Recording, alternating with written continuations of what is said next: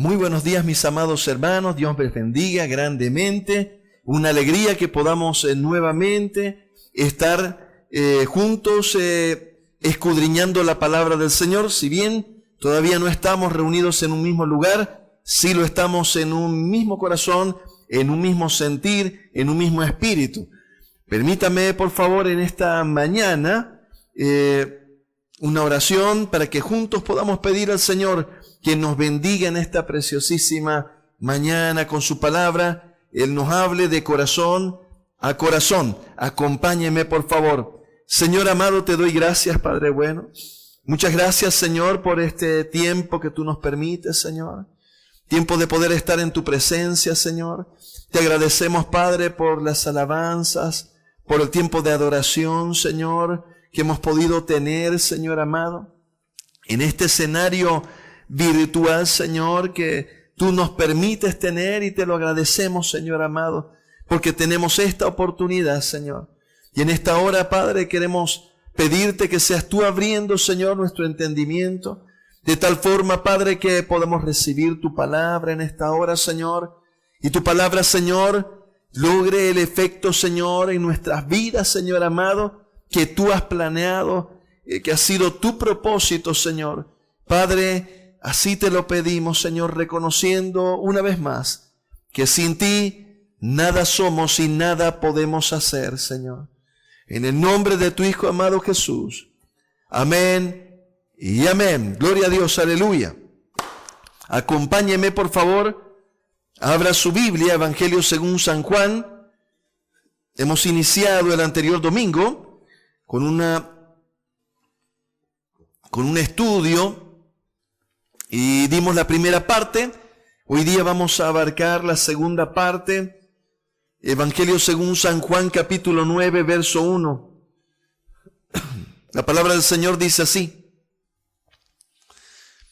Al pasar Jesús vio un hombre ciego de nacimiento, y le preguntaron sus discípulos diciendo: Rabí, ¿quién pecó, este o sus padres, para que haya nacido ciego? Respondió Jesús: no es que pecó este ni sus padres, sino para que las obras de Dios se manifiesten en él. Me es necesario hacer las obras del que me envió, entre tanto que el día dura. La noche viene cuando nadie puede trabajar. Entre tanto que estoy en el mundo, luz soy del mundo. Dicho esto, escupió en tierra e hizo lodo con la saliva, y untó con el lodo los ojos del ciego, y le dijo: ve a lavarte en el estanque de Siloé, que traducido es enviado. Fue entonces y se lavó y regresó viendo. Entonces los vecinos y los que antes le habían visto que era ciego decían: ¿no es este el que se sentaba y mendigaba? Unos decían: él es, y otros: a él se parece. Él decía: yo soy. Y le dijeron: ¿cómo te fueron abiertos los ojos? Respondió él y dijo: aquel hombre que se llama Jesús hizo lodo, me untó los ojos y me dijo: ve al Siloé y lávate. Y fui y me lavé y recibí la vista. Entonces le dijeron: ¿dónde está él? Él dijo: no sé. Aleluya, gloria a Dios. El anterior domingo estuvimos haciendo una contextualización de este escenario y planteamos algunas proposiciones, algunos principios teológicos al respecto. Habíamos mencionado que este escenario que nos presenta el apóstol Juan es una de las 7 señales que, guiado por Dios, eligió de muchas señales que hizo el Señor Jesús, que representan un mensaje, eran, voy a decir, figura, símbolo de un escenario espiritual, de una verdad espiritual. Permítanme mencionarlo nuevamente.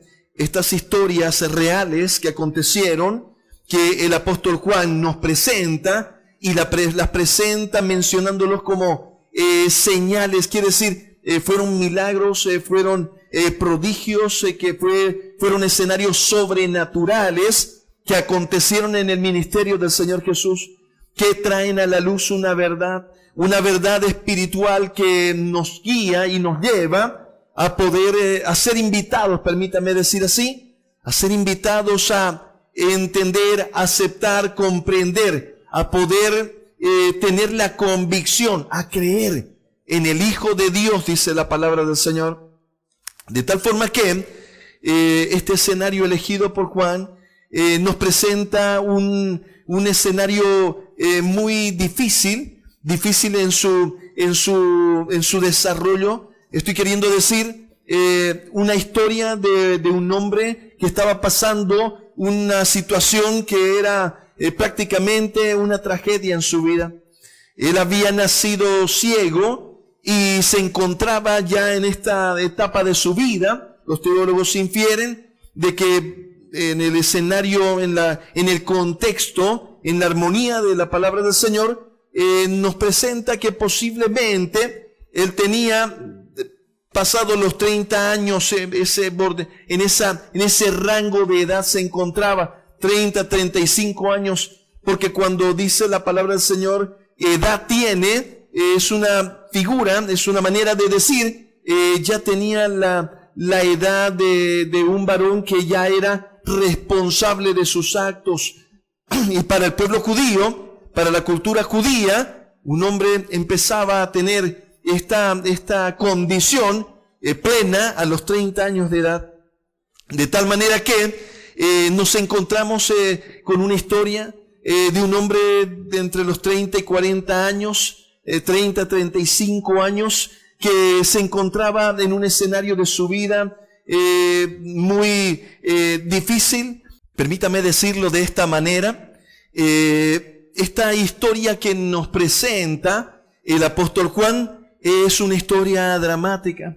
Es una historia de un hombre que había nacido ciego de nacimiento y podíamos decir no tenía ninguna perspectiva, ningún futuro. Se encontraba mendigando y esa era la forma con la que él podía subsistir. Permítame decir de esta manera, mi amado hermano, lo que estaba aconteciendo, lo que el Señor estaba mostrándoles a sus discípulos, estaba queriendo traer a la luz de su entendimiento. Y permítame adelantarme con un concepto importantísimo a entender.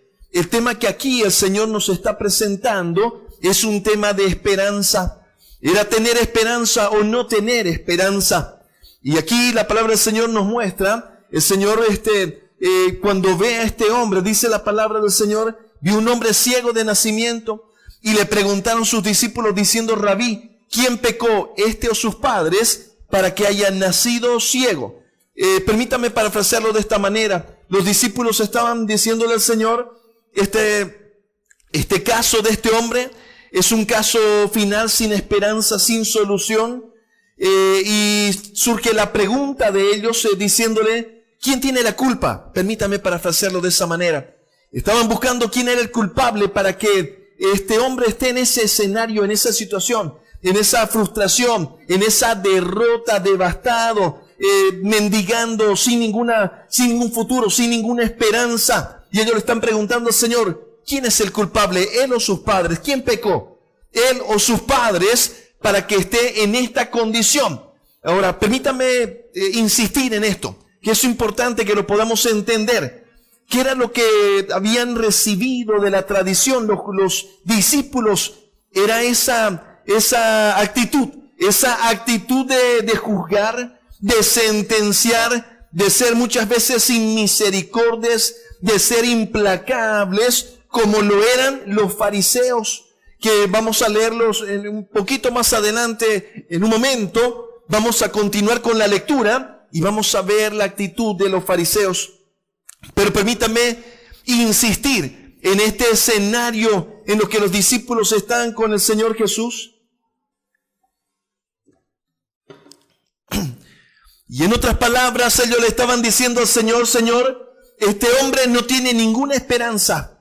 ¿Y quién es el culpable para su situación? Lo estaban desahuciando, le estaban quitando toda posibilidad de que haya alguna esperanza en su vida. Y lo que el Señor le responde justamente es eso. Él estaba diciendo al Señor, miren, mientras el día dura, permítanme parafrasearlo por favor, hay esperanza. Lo que le estaba diciendo, los teólogos infieren y mencionan y dicen, lo que el Señor estaba significando es que mientras hay vida, hay esperanza. Eso es lo que el Señor les estaba diciendo. Y Él dice, mientras el día dura, yo voy a hacer las obras de que el que me envió a hacerlas para que yo las haga. Y aquí la palabra del Señor nos muestra algo que hace el Señor que es importante entenderlo. Estuvimos introduciendo el anterior domingo. Permítame recordarles algunos escenarios que nos van a ayudar a poder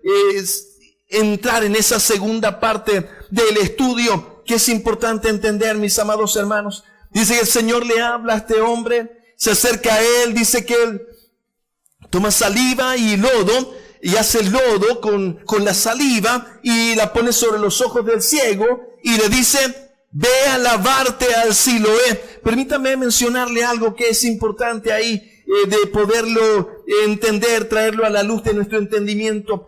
Siloé era un estanque al que llegaba agua, un acueducto, podemos decir así, que había sido construido justamente por si ellos eran asediados, no faltara agua dentro de los muros. De tal manera que de una fuente, de un manantial, hicieron que vaya esa agua. Algunos teólogos mencionan y dicen que pasaba aún por el templo, y del templo llegaba esa agua a Siloé. De tal manera que en el Antiguo Testamento hablaban de que este estanque simbolizaba la bendición que venía de la presencia de Dios. Y le llamaron al estanque, le llamaron enviado, el enviado. Y eso tenía una figura. Muchos teólogos mencionan y dicen, en una figura misma de lo que el Señor estaba queriendo mostrarle tanto a este ciego como a los discípulos.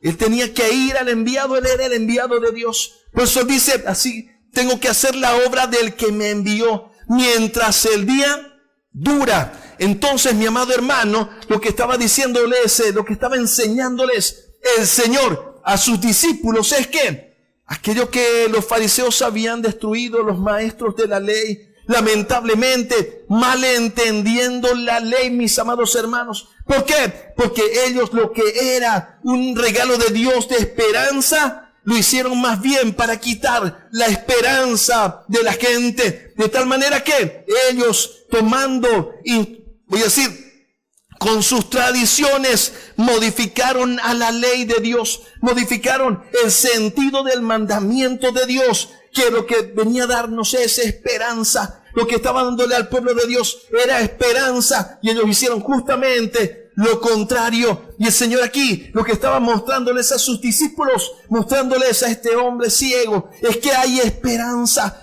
En Él hay esperanza. En nuestro Señor hay esperanza, mi amado hermano. Este escenario era un escenario extremo, era un escenario que naturalmente en lo humano era imposible, no había ninguna solución. Voy a decir así, tal vez podíamos mirar con los ojos humanos y decir, no hay ninguna esperanza para este hombre. Pero el Señor estaba diciendo, hay esperanza. En el Señor hay esperanza, porque para Él nada es imposible, mis amados hermanos. No hay imposible para Dios. Si el escenario es un escenario de salud, hay esperanza, mi amado hermano. En el Señor hay esperanza, porque Él es nuestro sanador. Dice la palabra del Señor que hay esperanza. Si tienes un problema, si es familiar tu problema, mi amado hermano, hay esperanza en el Señor. Si tu problema, mi amado hermano, es económico, hay esperanza en el Señor. Y aquí la palabra del Señor nos da una luz que es importante entender. Dice la palabra que el Señor hizo lodo, untó en los ojos del ciego, y dice que lo mandó a Siloé a que se lavara. En el análisis de este contexto surge la pregunta, ¿por qué el Señor utilizó este método? ¿Por qué no le dijo al ciego simplemente, como en otros casos, dar la palabra, y la palabra haría el milagro como en otros escenarios? Pero el Señor quiso mostrar un escenario aquí, algo que era importante que pudiesen entender. Los discípulos, que nosotros podamos entender, mi amado hermano, que es importante que para que nosotros podamos ver el milagro, la obra de Dios, la mano de Dios en nuestra vida, es importante que nosotros podamos obedecer, podamos ser obedientes, podamos creer, podamos dar pasos de fe, de esperanza, mi amado hermano. Dice que este hombre empezó, dio los pasos correctos, voy a decir, tuvo la actitud correcta. No se ve aquí que él haya dudado, no se ve que él haya preguntado, sencillamente se paró y tuvo esperanza, tal vez la que no tenía ninguno de los que estaba ahí con respecto a él mismo, pero él tuvo una chispa de esperanza, mi amado hermano, en su vida y en su corazón. Y voy a decirle algo, mi amado hermano, el enemigo va a hacer todo lo posible por quitarte la esperanza, para que tú estés sin esperanza. Desesperado sería la palabra, sin una esperanza en tu corazón. ¿Y sabe qué? La esperanza es un estado de la fe. Permítame explicarlo de esta manera. La esperanza, mi amado hermano, es un estado saludable de la fe. Quiere decir, es la confianza, es la certeza de que voy a recibir lo que espero, es la convicción de que voy a recibir lo que todavía no veo con mis ojos. Eso es esperanza, mi amado hermano. Y ¿sabe qué? El Señor vino para darnos esperanza. El Señor vino para dar esperanza a su pueblo. Y en este momento, en este escenario, el Señor estaba dándole esperanza a este hombre que no tenía ninguna esperanza. Y yo no sé cuál es tu situación. Yo no sé cuál es tu escenario, mi amado hermano. Tal vez tú te sientes desesperado. ¿Qué quiere decir? Tal vez tú te sientes sin esperanza. Tal vez tú te sientes sin ninguna posibilidad. Tú no puedes ver el escenario en el que esté solucionado tu caso, tu situación. Y voy a decirte algo, mi amado hermano. Puede ser que sea tu culpa. Puede ser que sea consecuencia de tu pecado, como hemos visto en otros milagros que hemos estado analizando estas semanas. Pero como en este caso, mi amado hermano, dice la palabra del Señor, ¿de quién pecó? ¿Este o sus padres? Y el Señor le dice, ¿sabe qué? Ni este ni sus padres. Fue dado para que pueda verse la esperanza. Permítame parafrasearlo. El Señor estaba diciendo, es para que sea manifestada la gloria de Dios. ¿Sabe qué significa, mi amado hermano? Para que la misericordia de Dios sea manifestada. Para que pueda hacerse realidad y tangible la esperanza a la cual hemos sido llamados. Es lo que está mencionándonos la palabra del Señor. Y yo no sé cuál es tu escenario. Yo no sé cuál es tu situación, mi amado hermano. Y yo no sé si tú te encuentras desesperado. Hoy estamos en una crisis mundial que va a afectar muchos escenarios en nuestras vidas. Pero ¿sabe qué? Nosotros, los hijos de Dios, estamos llamados a esperanza, a tener esperanza, mis amados hermanos, a poder esperar aún lo sobrenatural, a poder esperar los milagros de parte de Dios y a tener esta esperanza en nuestro corazón, la certeza de lo que esperamos, la convicción de lo que posiblemente en lo natural no están viendo hoy por hoy nuestros ojos, pero estamos seguros que recibiremos de parte del Señor. ¿Y esto por qué? Por nuestra justicia, no, mi amado hermano, sino por su mucha misericordia, por su gracia y por su amor. Permítame explicarlo, mi amado hermano, de la siguiente manera. Yo voy a hacer mi más grande esfuerzo para poder ser lo más claro posible, y usted me va a poner una especial atención. Ahora mismo le va a decir ahí a la esposa, al esposito, los hijos, pongamos atención. Viene una parte que necesita de mucha atención para poderla asimilar. Y es esta segunda parte preciosa de la palabra del Señor que vamos a abordar en este momento. Permítame iniciar con la siguiente proposición. ¿Qué es lo que estamos significando en este momento? Hemos titulado a este estudio, antes era ciego, pero ahora veo. ¿Qué es importante entender? En lo espiritual tiene que ver con una persona que es ciega, es una persona sin esperanza. Es una persona que su alma, su espíritu ha sido cegada y está amargada, está derrotada, está acabada, está sin esperanza. Ese creo la palabra más descriptiva de la condición. Está desesperado, sin esperanza. Esa es la ceguera espiritual. Una persona que empieza a caminar, a salir de la ceguera y son abiertos sus ojos espiritualmente, es una persona que tiene esperanza, que ha sido restaurada la esperanza en su corazón.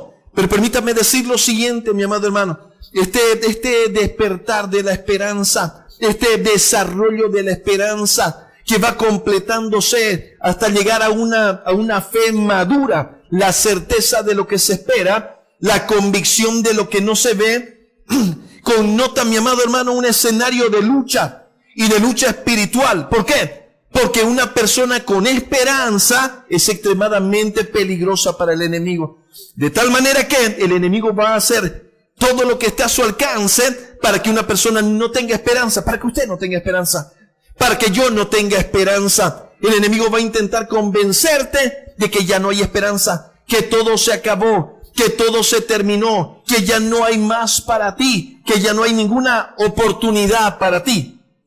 De tal manera que esa lucha vamos a verla cómo la describe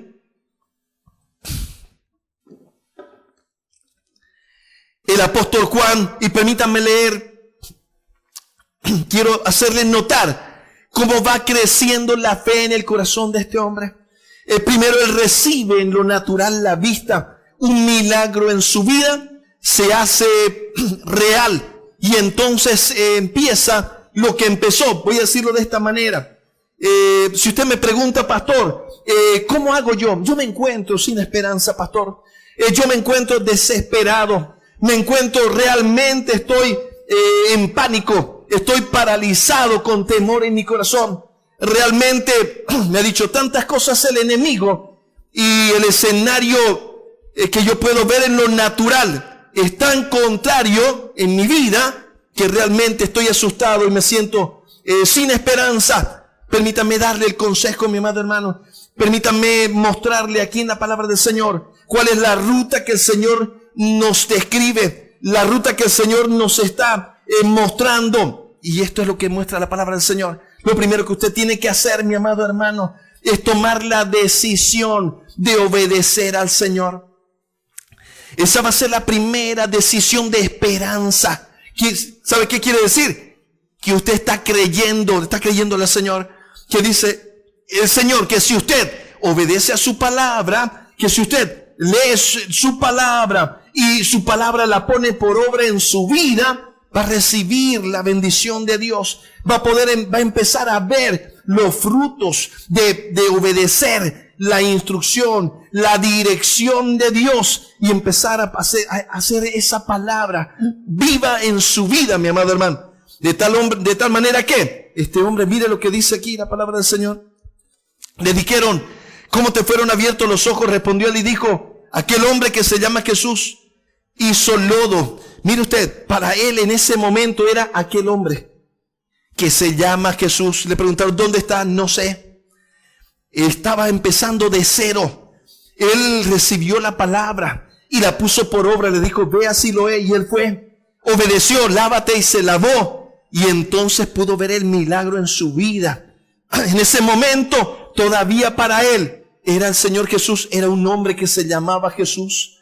Yo no sé, mi amado hermano, si tú nunca has tenido un encuentro con el Señor, pero este día, mi amado hermano, puede ser tu día. Si tú decides poner por obra la palabra de Dios en tu corazón y en tu vida, mi amado hermano, si tú ya has caminado en los caminos del Señor, pero en algún momento dejaste de poner por obra la palabra en tu vida, este es el momento para volverte a Él, para volver a tener la esperanza, para volver a tomar la oportunidad, porque mientras el día dura, hay esperanza, mi amado hermano. Mientras hay vida, hay esperanza. De tal manera que, mire lo que dice, quiero mostrarte cómo el enemigo va a hacer todo lo posible. Yo voy a leer una porción un poquito inextenso. Mire lo que dice así. Llevaron ante los fariseos al que había sido ciego. Y era día de reposo cuando Jesús había hecho el lodo y le había abierto los ojos. Volvieron pues a preguntarle también los fariseos cómo había recibido la vista. Él les dijo, me puso el lodo sobre los ojos y me lavé y veo. Entonces algunos de los fariseos decían, ese hombre no procede de Dios porque no guarda el día de reposo. Otros decían, ¿cómo puede un hombre pecador hacer estas señales? Y había disensión entre ellos. Entonces volvieron a decirle al ciego, ¿qué dices tú del que te abrió los ojos? Y él dijo que es profeta. Quiero que usted note cómo fue creciendo él en su entendimiento. Ahora ya estaba, ya no era un hombre que se llamaba Jesús. Ahora él dice, es profeta.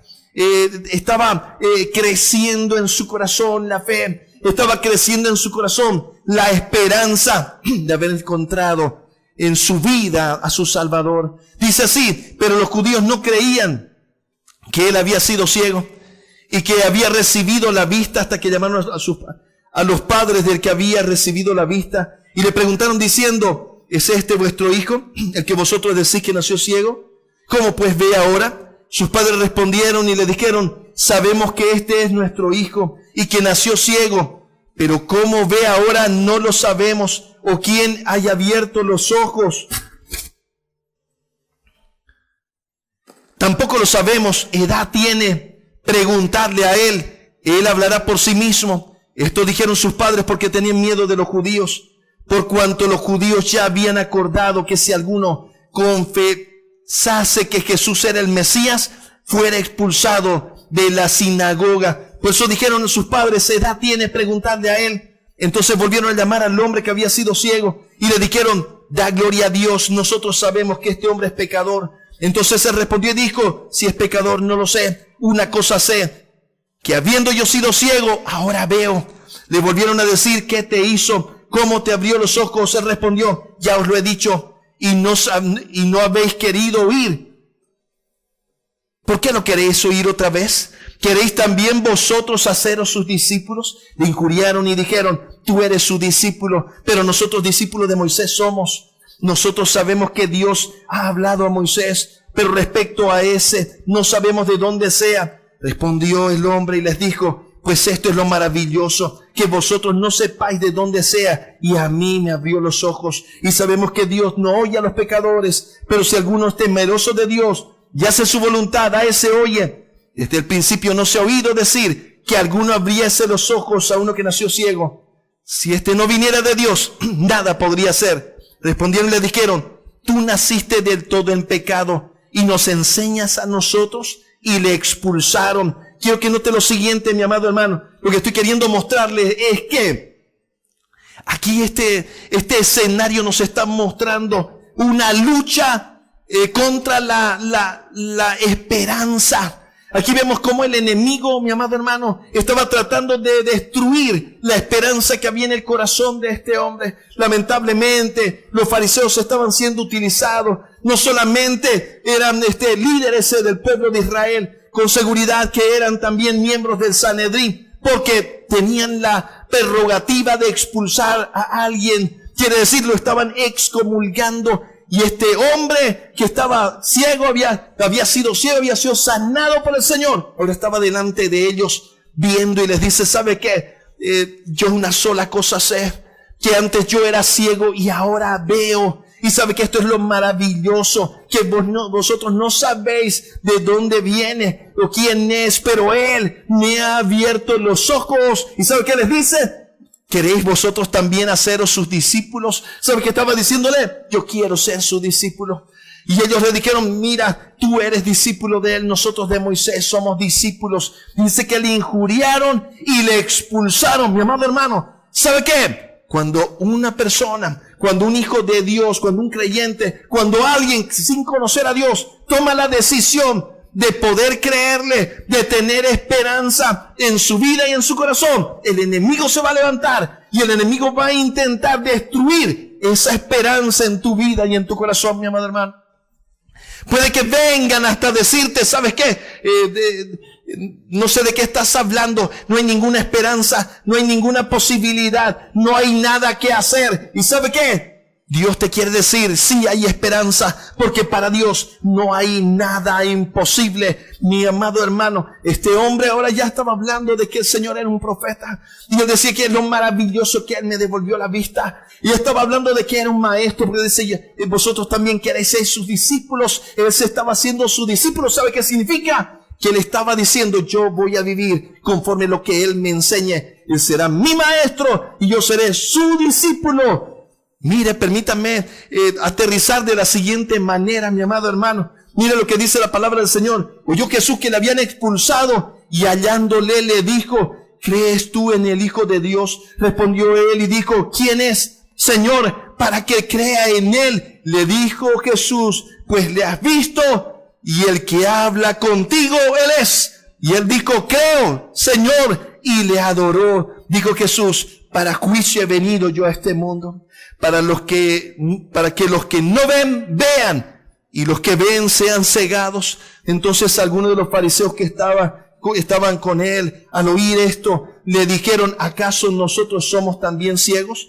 Jesús les respondió, si fuerais ciegos no tendríais pecado, mas ahora porque decís vemos, vuestro pecado permanece. ¿Sabe qué, mi amado hermano? Dos cosas creo que son importantes que nosotros podamos aprender, tomar de nota en nuestra vida. Estas dos actitudes, mi amado hermano. Este hombre, este ciego, mire cómo termina su historia de manera gloriosa. Esa esperanza se convierte en una fe saludable. Dice la palabra del Señor que el Señor, cuando se enteró que le expulsaron, voy a decirte algo, mi amado hermano, cuando tú decides tener fe en nuestro Señor Jesucristo, va a haber lucha, el enemigo va a haber, mi amado hermano, resistencia, va a haber oposición, mi amado hermano, y el enemigo va a tratar de matar tu esperanza, de robarte la esperanza. Pero tú no lo permitas, mi amado hermano. Permanece firme como este hombre, como este ex ciego, voy a decir, como este hombre que recibió la vista, mi amado hermano. Recibió el milagro de Dios, pero no se quedó ahí, sino que caminó en fe. Y dice la palabra del Señor, que el Señor le buscó porque le habían excomulgado. Y cuando le halló, le dijo, ¿crees en el Hijo de Dios? Y él le dijo, ¿quién es para que crea? Y el Señor le dice, le has visto. ¿Y con quién hablas eres? Y entonces él lo mira y le dice, creo.